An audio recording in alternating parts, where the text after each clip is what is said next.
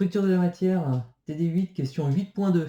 Alors, maintenant qu'on a vu à quoi ressemblait la structure cristalline de NaCl, on passe à la contribution électronique à la polarisation du cristal, et ensuite on verra la contribution ionique, atomique à la polarisation. Alors allons-y pour la contribution électronique.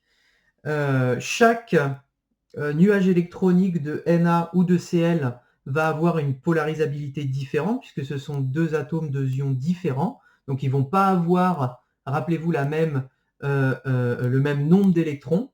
D'accord? Donc s'ils n'ont pas le même nombre d'électrons, rappelez-vous les résultats du TD7, plus un atome est gros, donc plus son nuage électronique s'étend, en gros, plus on va avoir une capacité à le polariser, plus sa polarisabilité va être grande. Donc ça veut dire qu'a priori, les atomes de Na et de Cl n'ont pas le même nuage électronique, et qu'a priori, ils ont deux polarisabilités différentes. Donc ce qu'on vous dit, c'est que bon, on prend notre cristal ionique de NaCl, on lui applique un champ, et localement, ça va générer des moments dipolaires.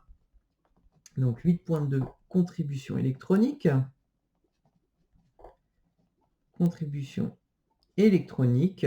Donc on applique un champ au cristal. On se retrouve avec un champ macroscopique E, et on nous dit la relation que l'on admet, qui est la relation qu'on a démontrée en fait au TD7, qui est que le champ local ressenti par un ion, c'est grand E plus P, le vecteur polarisation du milieu, sur 3 epsilon 0. On vous dit également donc que ce champ local, il donne lieu à des moments dipolaires induits, qui vont être P+, pour les ions positifs, donc pour les ions Na, et P- pour les ions chlorure, donc qui vont être proportionnels à alpha+. Donc comme on vient de le dire, chacun a sa polarisabilité fois E local, et on va avoir P- pour les ions chlorure, qui va être alpha- E local. Là, ici. Et la question qu'on nous pose, c'est de déterminer le vecteur P, ici, en fonction de E et d'un paramètre qu'on appelle lambda. Donc c'est un lambda majuscule, et non pas juste tipi ou triangle. Lambda, qui est égal à grand N, la densité volumique de molécules, fois alpha plus alpha-. Eh bien, allons-y. Ce qu'on va commencer par faire, c'est exprimer le vecteur grand P en fonction du champ local, de manière à ce que, ici, E-loc, on le remplace par son expression en fonction de P, et après, c'est juste un jeu pour faire tourner les équations. Alors, grand P, rappelez-vous de ce qu'on avait dit au chapitre 6, enfin au TD6 et au TD7. On avait dit que grand P, c'était une densité volumique de moments dipolaires. Donc, grand P, c'est grand N, la densité numérique, donc le nombre de dipôles par unité de volume, multiplié par P, le moment dipolaire local. Et donc ça va être la densité volumique de molécules fois P+, puisqu'il y a un dipôle pour le Na, et P-, puisqu'il y a un dipôle pour le Cl.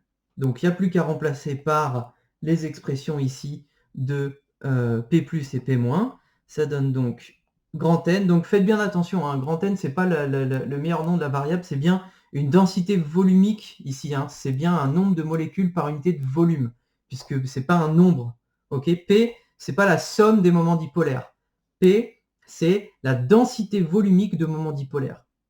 Donc c'est grand N fois alpha+ plus alpha-, fois E log. Et donc ça ici, c'est notre lambda majuscule. Bon, bah, si je réinjecte dans cette équation-là, ça veut dire que P sur lambda est égal à E plus P sur 3 epsilon 0. Et puis bon, bah là, c'est gagné. Ça veut dire que P est égal à, si je fais passer ça là, ça fait 1 sur lambda, donc 1 sur lambda moins 1 sur 3 epsilon 0, c'est bien un lambda, hein, c'est pas un petit n, fois E. Et si on trifouille un peu ça, on trouve que ça donne 3 lambda sur 3 epsilon 0 moins lambda fois epsilon 0 E. Et là, c'est gagné, c'est ce qu'on devait trouver.